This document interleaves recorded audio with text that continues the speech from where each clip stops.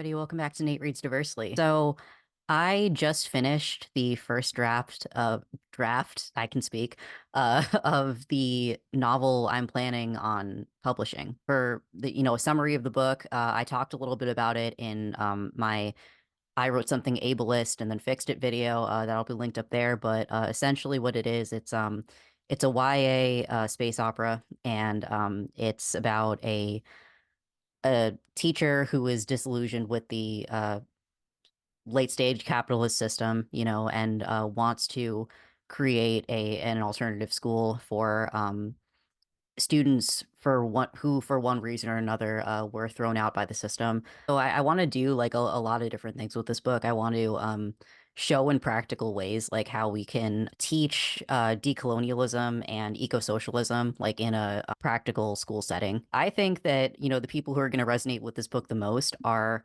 students who are currently disenfranchised by public education and private education and charter, whatever, like just conventional education in general, and teachers who are disillusioned with the system, aka me. Those of you who don't know, I was a former high school English teacher. I was not an English teacher for very long. I have a video on that too, like why I quit teaching for now. That's going to be up there too.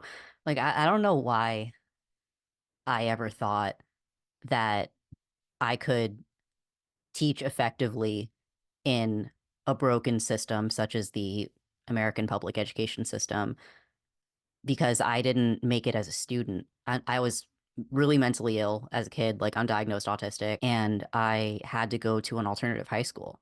So like I didn't even graduate from like a conventional program. So it was really naive of me to believe that I could change a system that I couldn't even manage as a student, transform it from the inside. Like that's not how it works, especially considering that this system wants to remain broken, to remain in control, in my opinion. So I think that the people who are going to resonate with this story the most is are students who are currently being beaten down by this system, which isn't working for anyone at the moment, or teachers who are disillusioned. It features a group of five people, a teacher, mentor figure, and his four students. They essentially set up like an alternative school. I've been carrying a lot of pain from resigning from teaching and from not being able to force myself to be a part of this system as a student or a teacher, no matter how hard I tried, no matter how hard I studied, no matter how much attempted to change myself and the way that I thought and behaved, it never worked. Nothing I did was good enough as a student or a teacher. So a lot of that pain is like why I wrote this book.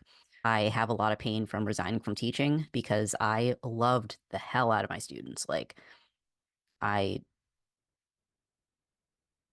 I don't know what to say. I feel guilty. I feel I hope they're doing well. It's been a while, so they probably don't even remember me, but I remember you guys. I'm sorry I left. But I had to in order to like stay alive. Like it was that bad. The pain of not being able to force myself to be a functioning member of the school system as a student or a teacher. There's a story that I want to tell you guys that you're really only going to understand if like you're a part of a marginalized group in some way. So when I was in middle school, we were doing a unit on the Crusades. Now, for those of you who don't know, I'm half Jewish. The entire side of my dad's family is Ashkenazi Jewish. So I grew up knowing all the gory details about the Crusades, just the horrible shit they put the Jews through. And also the other side of my family, middle school social studies, we were learning about the Crusades. The teacher, this is the exact wording that the teacher used. Her exact words were, "The Jews died because they didn't want to convert. They weren't murdered because they had differing views from the Inquisitioners, and they just wanted them gone. Like they died. It was their fault. Like they died because they didn't want to convert." So that's how my own family's history was being taught to me in school. And when you're marginalized, you just have to sit there and take it because otherwise you're being disruptive or you're you know, you're causing a problem, and like you need to, shut up, and like the teacher needs to get through what they need to get through. And so I have never let that go. I have never let it go that some some white adult, some non-Jewish white adult is going to stand in front of a room and tell me my own family's history when I know that that's not what happened. I have never let that go. And that's also a major theme in this book is like this teacher in the beginning is forced to teach incorrect history and realizes, it thinks of ways to, obviously correct that with particularly one of the students who actually went through the atrocity that was being talked about. I'm still angry for a lot of different reasons. The education system has really hurt me, and I want to help bring about some healing throughout this process. And so I'm going to be sharing more stuff about the book, like about the what it's about the characters and all that. So I finished the first draft. I'm obviously going to send it to more people and get it edited before like I query it.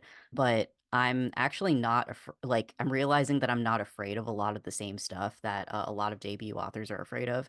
I'm not afraid of rejection at all. Like, because I've already been through the querying process once. Like, I'll tell you, tail between my legs story, I guess. So I tried to debut with a different book. This was not the first thing that I wrote by far. I mean, like I've been doing nothing but write for 30 years. First thing I ever wrote, I could read and write before preschool, but couldn't add single digit numbers until well into third grade. So autism. But when I was 4, I wrote a poem about how much my mother loved money.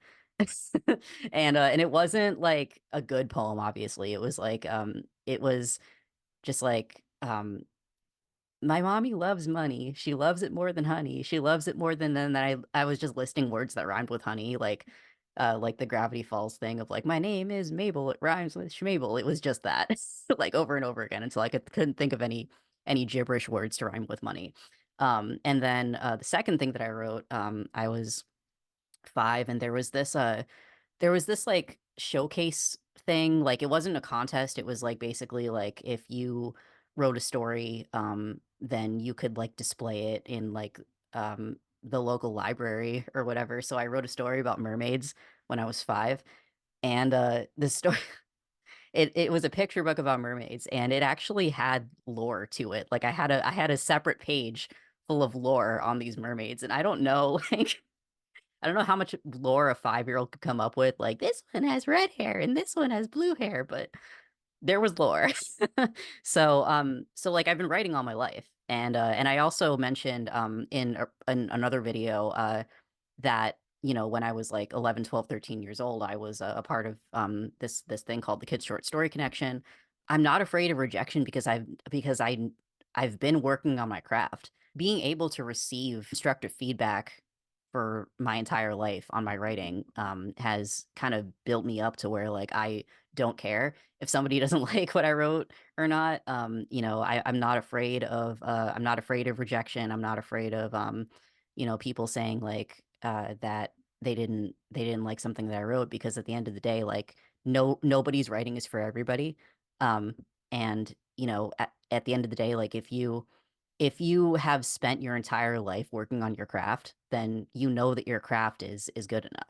Like you don't need anybody else's validation for that, So I have cycled it through writing critique groups and stuff. So like I been receiving feedback on it and working on it and stuff like that. It's still a really rough draft. Actually, a little bit about my process, layered writing process, I guess, because like I'm somebody who gets too hyper focused on like specific wording a lot of the time, and like I know that if I concentrate too hard on like how to word something, then like it's so I kind of have like a writing process where like I begin by like scripting it out, like just writing dialogue and like listing the things of what happens. Then I turn those details into prose, and then I revise, and then I show other people and revise again. So by the time I send it out, like my first draft is actually a third draft. And that process works for me. It's definitely not going to work for everybody. It's a but like it allows me to be reflective about like my own writing, and like see what works and what doesn't. And be more mindful of be more mindful and purposeful of everything that I write down. I mean, these are just kind of like my beginning thoughts on this because uh I've been working on this book for a while. I was actively writing it since summer of 2022. And then I took a little bit of a break and then I went back to it, back to work on it this summer. So I I think that this is the book that I'm going to debut with, and I hope that you guys will stick around to hear more about it because I think that it's probably going to be a healing experience because it was a healing experience for me to write it. So hopefully it's going to be a healing experience to read it. So anyway, um, that is that. Just some of my beginning thoughts as I kind of close out this first draft. So I'll catch you next time.